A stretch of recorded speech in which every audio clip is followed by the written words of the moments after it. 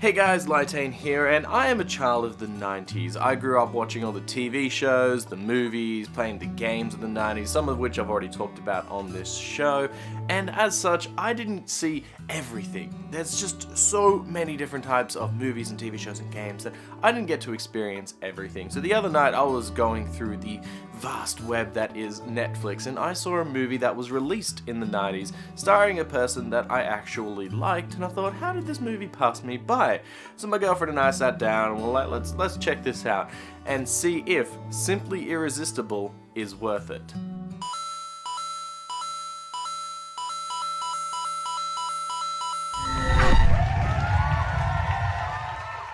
Simply Irresistible is a movie that was released in 1999 which tells the romantic and magical story of a girl named Amanda. She is not having very much luck as she isn't the best chef around, and since her mother died, the restaurant she runs isn't doing so well. In fact, it's going so badly that it may close down soon as they are struggling to pay the rent. Meanwhile, Tom is a successful event manager at Henri Bendel, a massive department store in the US of A, and is expanding the store to include a restaurant so shoppers can eat before or after they do their shopping. One day in the market, Amanda comes across a strange merchant trying to sell her a crab, but she refuses, only for him to turn up a little later and, she ends up buying it anyway. The crab gets away because it's a troublesome crab and leads her to Tom, and they have this really awkward first meeting. But fate seems to want to intervene all day because that merchant is also a taxi driver and takes Tom and his girlfriend to Amanda's restaurant where she cooks some amazing food. Food that she actually has no idea how to cook. It just happens as if by magic.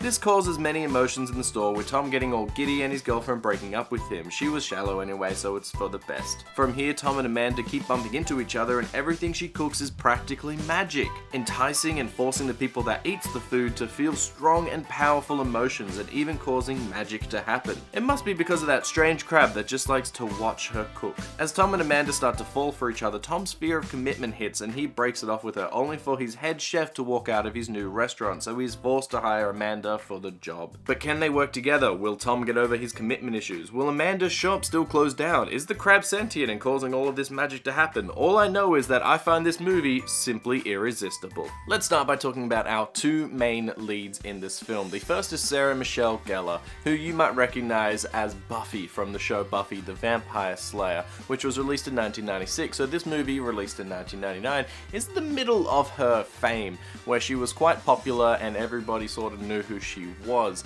I've been talking about a lot of different shows and movies that have a person that's in Buffy. Maybe I should talk about that show one day. Maybe. Anyway, she isn't all that interesting. Now, I like the fact that she wasn't typecast in this movie. Because she was in Buffy, everyone kept putting her in these really female-dominant, kick-ass sort of roles where she had to beat up people all the time. But this is nothing like that. And that's great, I really like that. But that's where the praise ends. This movie is very shallow. Her acting is very crummy. I do not believe anything that is going on in and around her life. When magic starts happening, she just sort of is meh about it. There's just none of that, oh my god, we're living in a world where magic actually exists and all that kind of stuff. No, you're a wizard, Harry kind of moment, nothing. And then throughout the entire film, she's just sort of really, really flat, which sucks because there's so many other movies that were around this time, even the show Buffy, where she was much better acted. The other main lead is our heartthrob Tom, played by Sean Patrick Flannery, who I know as one of the characters in The Dead Zone. Not the movie The Dead Zone, the TV show The Dead Zone, which is based on the book The Dead Zone by Stephen King, and yeah, see if you can follow that. So I know of him before watching this film, so that was interesting, and I just kept seeing him as an evil guy, because he's sort of an evil guy in the other show, but I'm just rambling, so don't listen to me, don't worry about anything I'm saying. Now, he looks the part, he's handsome and everything like that, and he has a few strange quirks, and honestly, he's probably a little bit better acted than Sarah Michelle Gellar, only because when he is going about all the different scenes, he has the stark contrast of when he's not on magic and he's just acting like a normal person, and then when he gets hit by magic, his whole persona changes to suit the emotions of that scene. And I like that. That's a good range, but once again, it all still sort of falls flat because the dialogue is bad and all of the acting around them is just bad. So while I can give it a little bit of praise for Sean, I can't give him much, but he's at least more entertaining to watch than Sarah Michelle Gellar, in my opinion. Now, there are a bunch of side characters, but they're not really important in this film. They're just sort of there for filler. The only one that is of note is Nolan, played by Lawrence Gillard Jr., because he was Bob on The Walking Dead. So, you know, he had a little bit of fame later.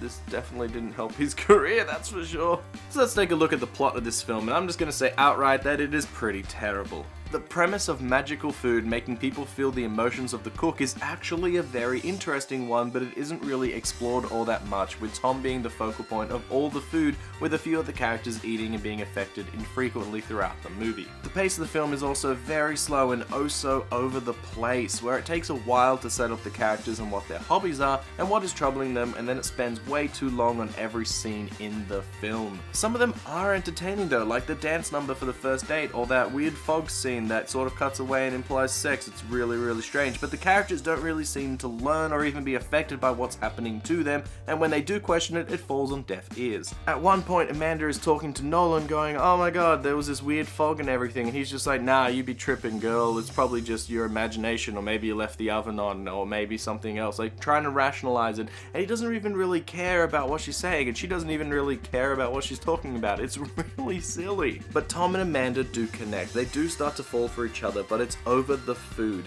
The next day, Tom is usually like, "Why do I like her?" She's literally put a spell on him, and the food is keeping him addicted to her. It's pretty much like that throughout the whole film. Every time Tom eats the food, then he's in love with her, but then afterwards he's coming off of that magical high and he isn't sure if he even likes her or anything. It's really strange. And awkward. If I could describe this entire movie in a single word, it would be awkward, because every one of the scenes that you see, every one of the character interactions, all of the dialogue is awkward. I don't know how this got to a phase where it was ready to be put onto screen, like nobody proofread this script, or maybe it was just the acting, I don't know, but all of this film is awkward. Take this scene for example. Tom and Amanda just finished their date, and Amanda is feeling, you know, the love, or should I say lust, as you'll soon see, and she makes these dessert pastries, which entice Tom just from the smell alone. Like, he can smell it in the store even though he's like on a different floor and everything. It's really silly. But he gets these pastries, and Lois, his secretary or something like that, she has one, and she has an orgasm on screen. No joke. Just look at this. She goes way over the top. These O pastries just completely shatter everything. She just like has this amazing time all by herself eating this pastry, and it goes on for so long, and the entire time it is so awkward but funny to watch, because you're thinking, damn, this lady had to act this. She had to act out this orgasm. Just by the way, this is a PG film, and this is an orgasmic pastry. I've been calling it the O pastry because it was just like crazy. She just has one bite and she's like, oh, and like all the tingles everywhere, and then she's like sitting on the couch at the end just like, oh, like she just had a great night. It's really stupid. Well, like I said before, this is the scene where Amanda is talking to Nolan, and she's telling him all about these strange and magical things that have happened. So the night before this, she was floating, like when she was making out with Tom, they literally floated up into the air, you know, because they had their happy thought, and I guess there was a pixie around. I don't know, maybe I'm just confusing movies. And they hit the ceiling, which, you know, Amanda just sort of takes in stride. She's like, yeah, that was pretty cool, we're floating, you know, just accept it. And Tom goes absolutely ballistic, like, why am I floating? This is crazy. Which is actually a reasonable, you know, emotion to feel, and then she gets all upset that he feels that way, and then he walks out on her because he's all like, this is way too weird. Honestly, like I said, I think this is a normal reaction to have. But Amanda is telling Nolan this story, and he's not even looking at her. It's really weird. So he's pretty much doing this. The entire time that she's talking, he's just sort of looking at the table or something, and sometimes he's looking over this way, but either way, he's just not looking at her while she's talking at him. This is incredibly rude, and it feels really awkward. Even some of his dialogue where he replies It's not even looking at her. And then about halfway through the take, I guess he realized that he wasn't looking at her, so then he stares. And he stares really intently into her, and it's awkward. Not only that, the dialogue that is going back and forth between them is really strange because she's telling him all of these crazy and wonderful things and he's just dismissing her, and she doesn't even seem all that fazed by, real magic and the fact that she just flew. No, it's just sort of a thing. And he's really accepting, which is cool, but he doesn't even ask the right kind of questions, like, why do you think this magic is happening? Or, do you think it was a one-off thing? Or, what does it all mean? Nah, none of those.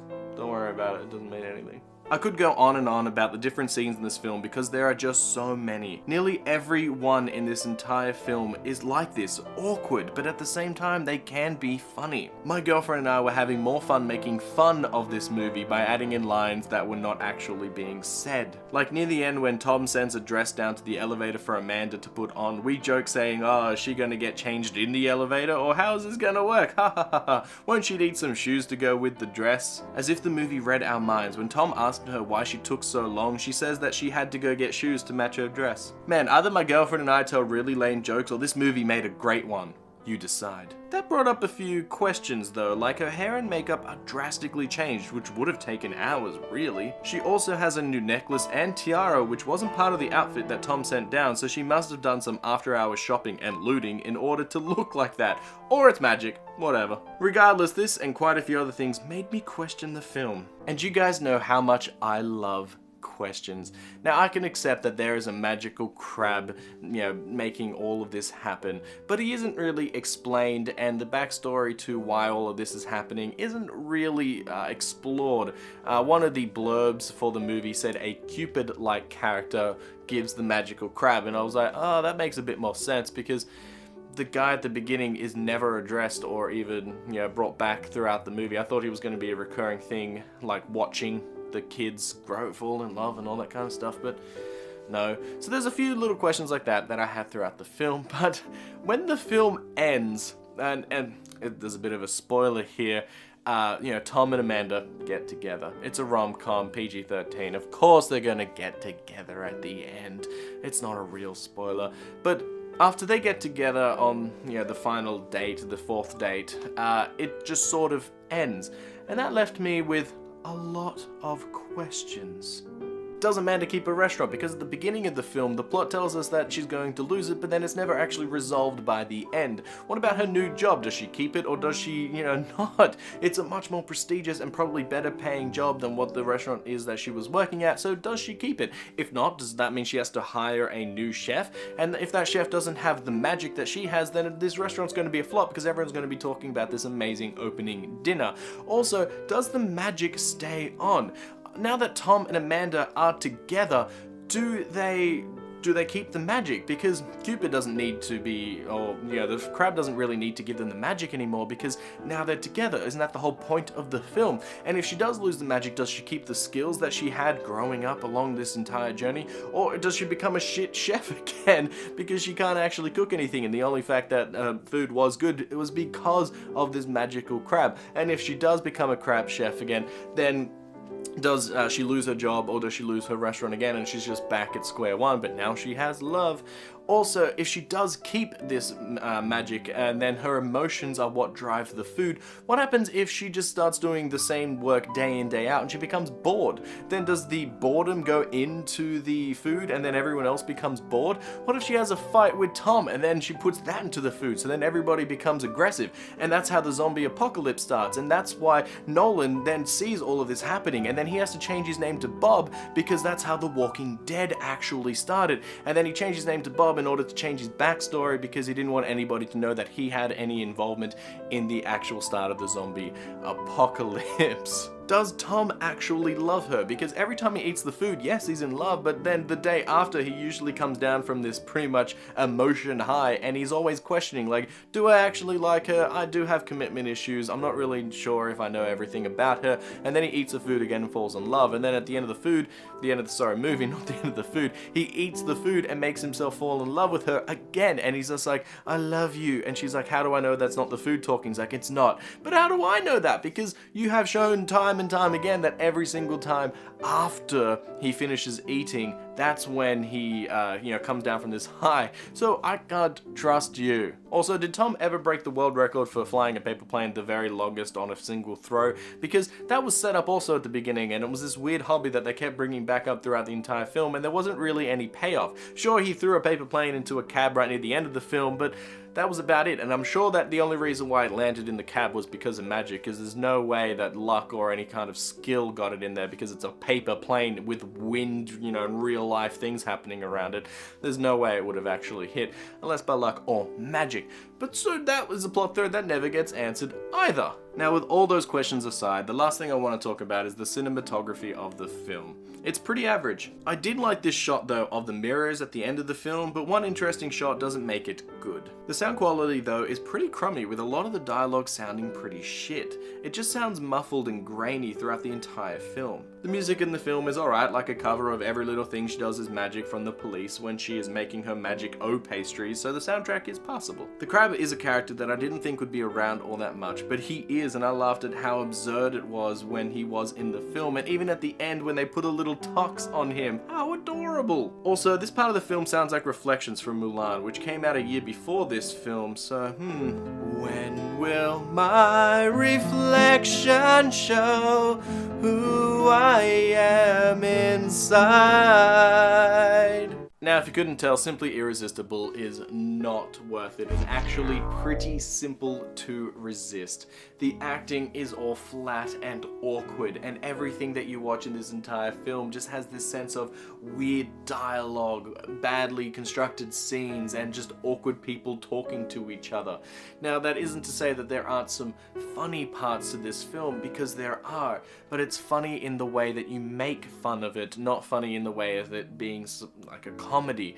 And I wouldn't even recommend this movie as one of those ones that you sit back with a bunch of friends and you make fun of, because it isn't even that entertaining. They had such an interesting idea with the fact that the chef's emotions is the driving force behind the food, but they just never really went with it. Besides the O pastries and the end scene where all the people had the food and it was at least entertaining, they didn't really go all the way with it, and they really should have. If you really want to watch a bad rom-com and make fun of it, then by all means go ahead, but I definitely do not recommend this film. So tell me what you guys thought about this movie, if you've ever seen it or even heard of it. I'd never heard of it before Netflix came up and said, hey, you might like this, and I was like, will I? And although I did have a fun time watching it with my girlfriend, I would never ever watch this movie again. But maybe it is one of your favorite movies. If it is, let me know, and let me know why, because I did read a review online that gave this a 9 out of 10. And I was like, really? Really, a 9? And I watched it and I'm like, okay, if you say so, but I really don't see it. But anyways, don't forget to like and subscribe, and I'll see you guys next time. Bye. All I know is that I find this movie simply irresistible. There's no telling where the money went. They had such an interesting idea with the fact that the chef's emotions was what. When will my reflection show who I am inside? That's my singing. No one told me in the comments to stop singing, so I guess I'm allowed to.